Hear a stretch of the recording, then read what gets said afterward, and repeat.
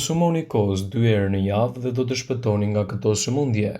Njerëzit që hanë kozë çdo ditë kanë një rrezik më të ulët të zhvillimit të osteoporozës sipas një studimi shkencor irlandez.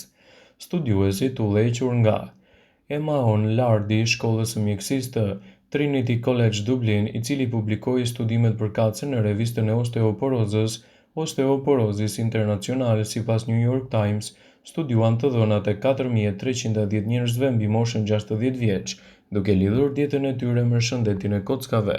U zbulua se konsumi i përditshëm i kosit lidhet me një rrezik 39% më të ulët të osteoporozës dhe një rrezik 31% të ulët të osteopenias tek gratë, si dhe një rrezik 52% më të ulët të osteoporozës tek burrat, krahasuar me ata që nuk hanin fare kozë.